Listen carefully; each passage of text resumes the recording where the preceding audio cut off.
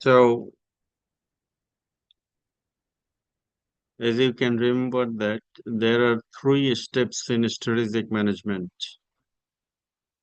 One is strategic planning, and another is strategic implementation, and final step is strategic evaluation. We have finished our strategic planning stage, setting a new mission for the company. And setting a new mission includes several steps. Number one step is analysis of the current business, its mission, its vision.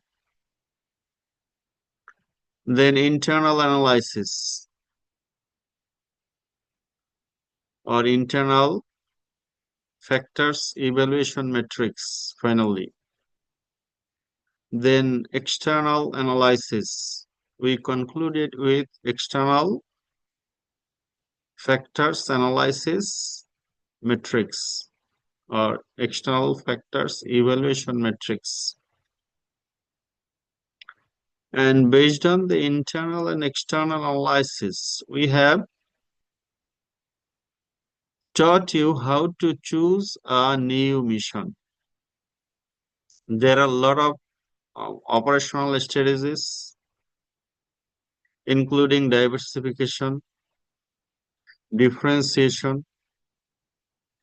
According to Porter, it is related with three generic strategies. Number one is differentiation, focus on niche strategy, and cost leadership strategy. So there are a lot of strategies you can choose, and strategies here we indicate that it is your mission. After identifying your new mission, we have taught you which mission is best through QSPM or quantitative strategic planning metrics. Among the alternatives, after internal external analysis, you will choose your new mission. And while you will choose your new mission, as you know that you have developed several action evaluations. The action evaluations include, say, for example, your choice. And among the choices, you are going to choose your best one.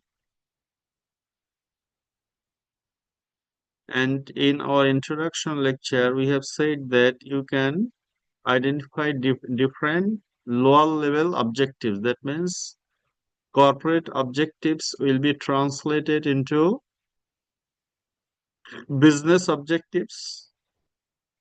Business objectives will be translated into functional objectives or strategies. Functional objectives or strategies will be translated into operational strategies or objectives. And it can be time bound. You can develop a Gantt chart. More analysis we have shown you. That is all about strategic planning. Strategic planning is over. Now we are actually doing the job. So actually doing the job means that your management practices or organizational culture, your operations department, your human resource department will be responsible to implement the new mission. You cannot implement. The project manager alone cannot implement the new mission. All the departments Here in chapter 7, we are going to discuss about the management practices or organizational culture, organizational behavior, organizational structure, operational strategies, human resource strategies that we are focusing on the chapter 7. And in chapter 8, we will focus on the other strategies. Say, for example, finance strategy, marketing strategy, because all the departmental wings are responsible to implement the mission of the company. So,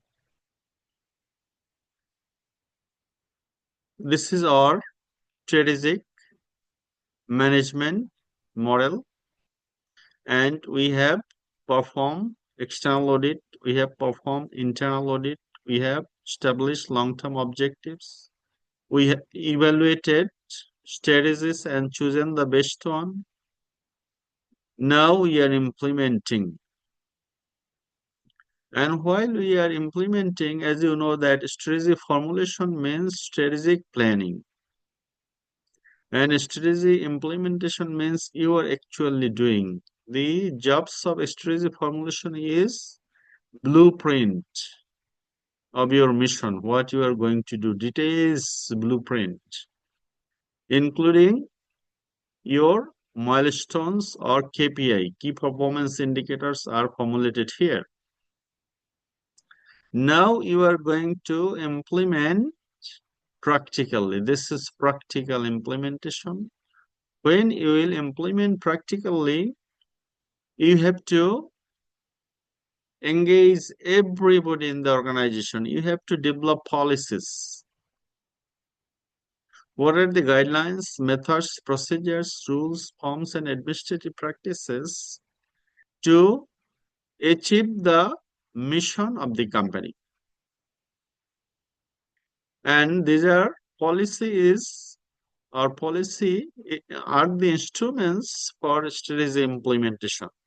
Without rules and regulations, you cannot perform. Who will get promotion?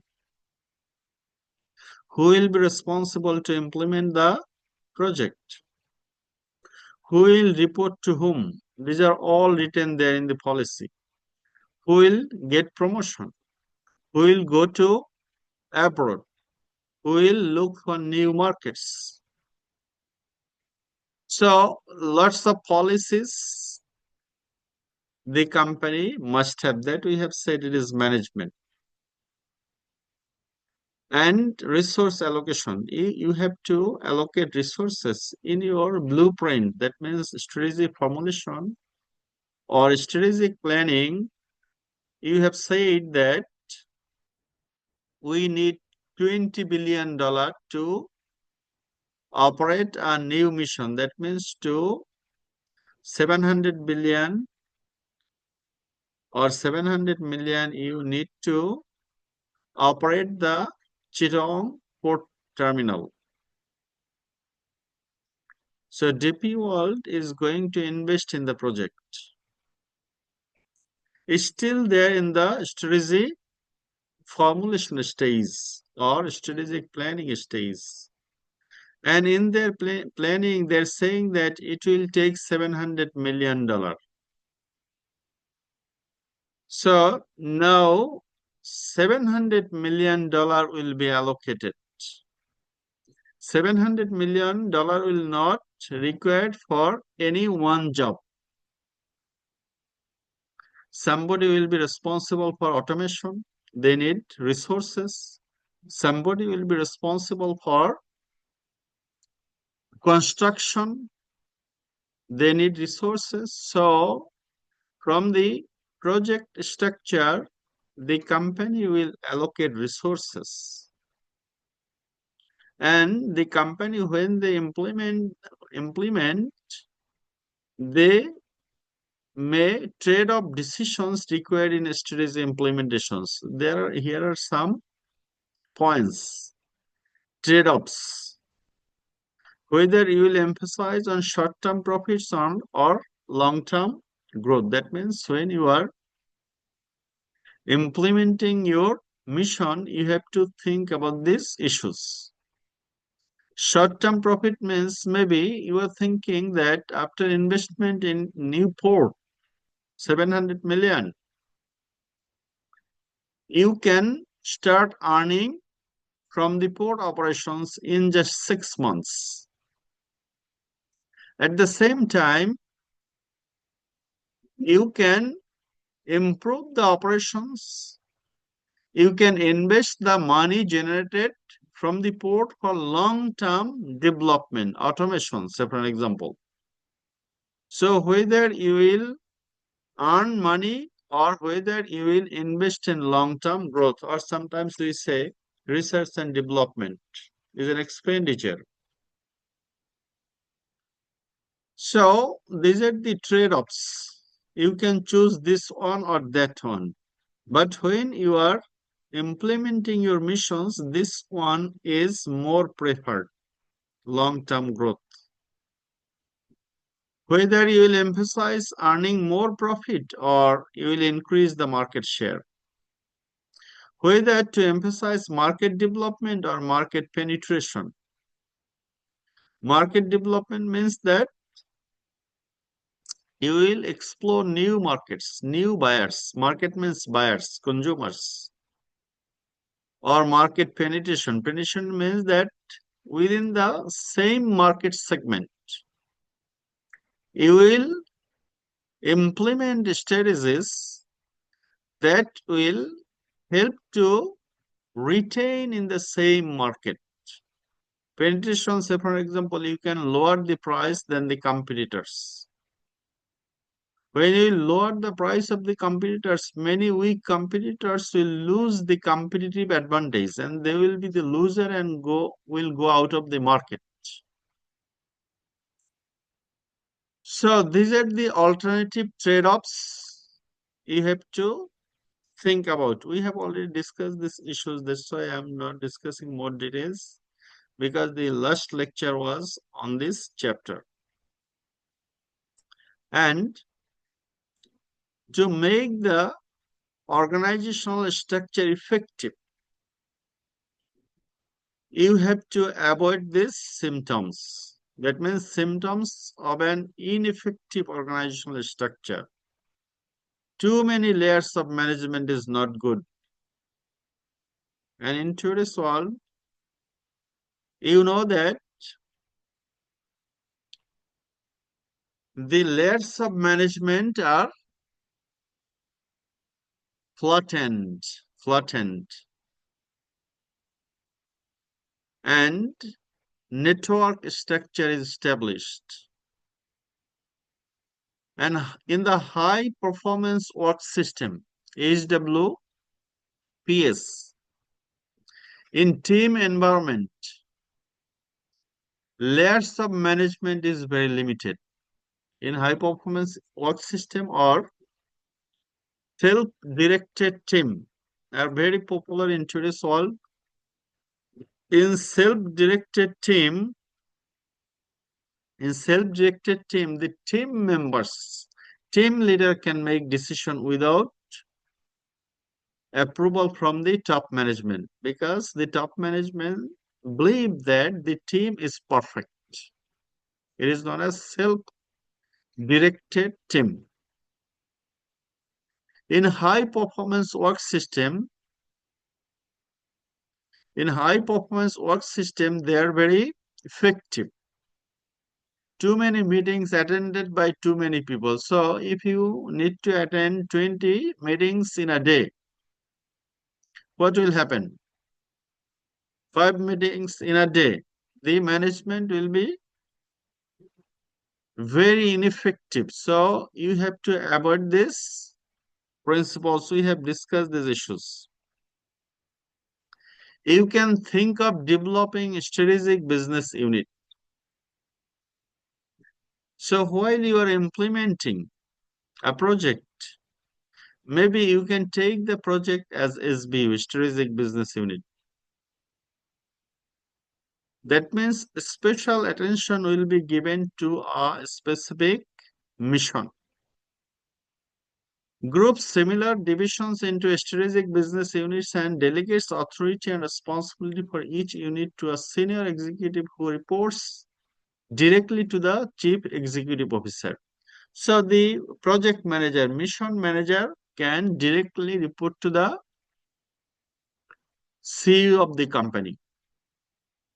Strategic structure, SBU, strategic business unit structure can facilitate strategy implementation by improving coordination between similar divisions and channeling accountability to distinct business units. So sometimes some weak divisions are combined together and responsibility is given to the most effective manager. The most effective manager's job is to supervise, find out the problems, solve the problems, and make the weak units into strong units. This is known as strategic business unit. And metric structure can also be one of the solutions and in new project management. And if you can remember, a metric structure means that, say, for example, marketing manager is now handling the ocean operations. Now the new mission of the company is air transport service. So the same marketing manager is reporting to the senior manager of the department. Now he will also be responsible to the new project manager. So when one position is responsible to two different supervisors, this is known as the matrix structure. And most complex of all designs because it depends upon both vertical and horizontal flows of authority and communication. A matrix structure is an organizational structure where employees report to multiple managers. So one manager is reporting to multiple managers. Typically, both a functional manager, head of marketing, engineering, and a project or product manager. So new mission is a project. Marketing manager is now reporting to the project manager. At the same time, he is responsible to the departmental head or general manager of marketing, general manager or head of operations. So these are ultimately the general management policies and structures, including the primary functions. That means planning, organizing, staffing, leading, and controlling that we have discussed in our introduction lecture. And maybe up to HR strategies, we have finished up to HR strategies. Today this is ultimately new issues. So any issues that is difficult, not clear to you, you will ask questions on HR strategies. And as we have said,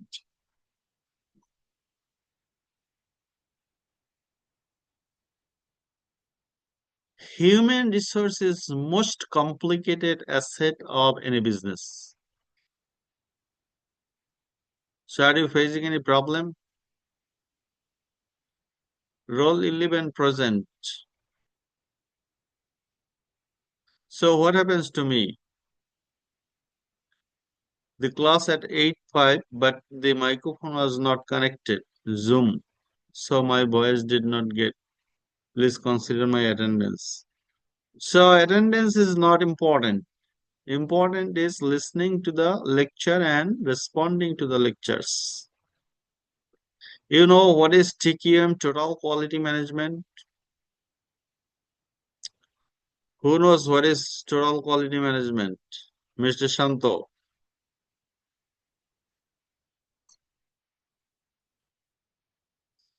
Mr. Shanto. Yes, sir. So what is TQM, Total Quality Management?